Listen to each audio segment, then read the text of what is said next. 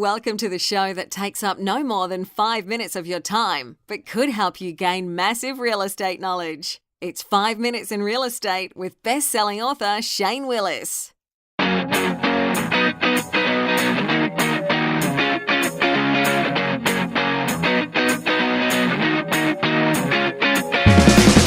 Hello, it's Shane Willis, Pensacola real estate expert, bringing you today's episode. I got to hit the button here on my car labeled I live in Florida. You might know it as the max air conditioning button, but it's a little warm out today. This is more like Florida weather instead of that cold crap we were dealing with 2 weeks ago in April. Anyways, let's talk about today. Are we making a mistake? As a nation, are we making the same mistakes we did in the early 2000s? That's kind of what I wanted to chat about, because I've seen some people asking, and I've heard this in casual conversation too, that, people are starting to get a little concerned. We're starting to see home equity lines pop, meaning people are starting to take equity out of their home.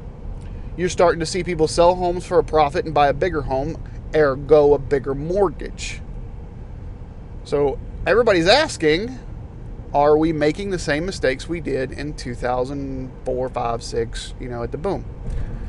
So I got this report that came out from some economists that showed the disposable quarterly income versus the disposable mortgage payments as a percentage from 1980 to now.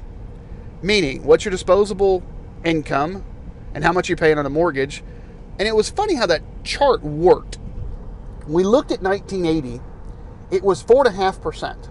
So people were spending 4.5% of their disposable income on mortgages, right?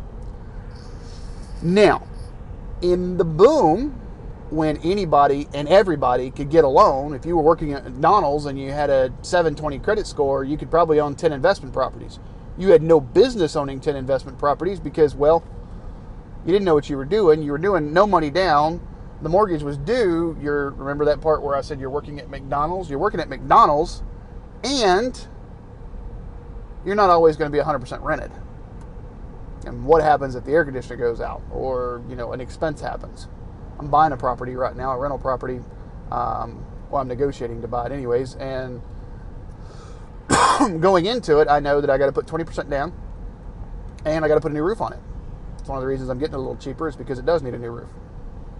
Anyways, in the 2000s, early 2000s, we could get a mortgage for pretty much anybody.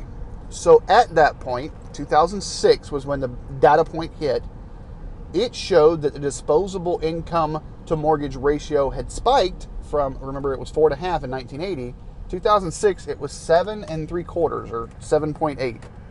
I forget which one of those it was. Anyways, it's right around there, 7 3/4, something like that. That's huge. That means we were spending more money. We were leveraged to the hill on real estate. Because why? Well, real estate always goes up. Shut up. Real estate doesn't always go up. It works in cycles. But it was euphoric. And I'm no better than the rest of anybody else that tried to do all that. I was caught up in the same euphoria. I bought a home August 2006. I lost that home in a foreclosure like 3 years later when mortgages died, and I owned a mortgage company, and it was like, wow, okay. So I was caught up in that same euphoria, and I was spending too much money on mortgages. So where do we sit today? Why do I think we're not making the same mistakes? Because remember that data in 1980 that was 4.5% of the disposable income? We're at 4.4 now. So we're actually lower now. Part of that is because the rates are lower. I'm starting to see 5s and 6s creep into some business loans. Like I was just looking at that same property I'm looking at buying with the new roof on it. When I talked to the banker, they said the business loan that I'm looking for is about 5 3/4 right now. Okay, I'm fine with that as long as you know the interest rate. I don't care if it's 12. As long as the property cash flows, who cares? Obviously, if it's lower, it would cash flow more. But this one makes plenty of sense, even at 5 3/4. I can just hear gasp of some. I know some of my clients. 5? What? Yeah, shut up. I got loans right now out there at 12. If you understand that people are going to charge you higher for more risk, and you understand how to play that game, the rate actually doesn't matter. But that's a different podcast episode. Today, I wanted to kind of just do a little reassurance And we're not making the same mistakes. We as a nation seem to have learned. Now, I don't know if the CFPB had anything to do with it, the more regulations on the banking, how we can, we're not structuring the tranches the same way. You can't put A, B, C paper together. That all has to be separate.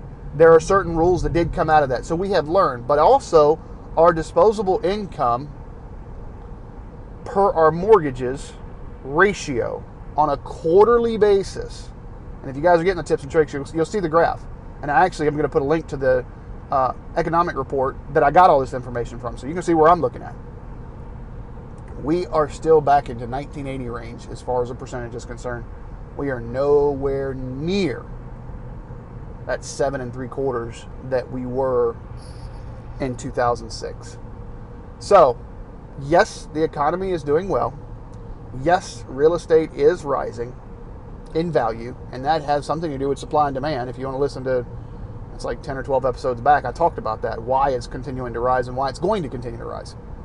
No, we are not making some of the same mistakes we did in 2006. Are there be some new mistakes? Of course, sure. What are they? Don't know yet. Still looking. Still being cautious. Still looking. All right, that's all I got for you today. As always, if you have not subscribed to the podcast, get over to 5minutesinrealestate.com. That's 5minutesinrealestate.com. Also, head over to iTunes or Google Play. Hit subscribe on your player. Give us a thumbs up. I would appreciate a nice comment. Notice that I said the word nice. I would appreciate that. Finally, if you found value in this or any other episode that we put out, I don't ask for any payments for these episodes, but I do ask that you share it on social media. Thanks for listening. Have a great Thursday.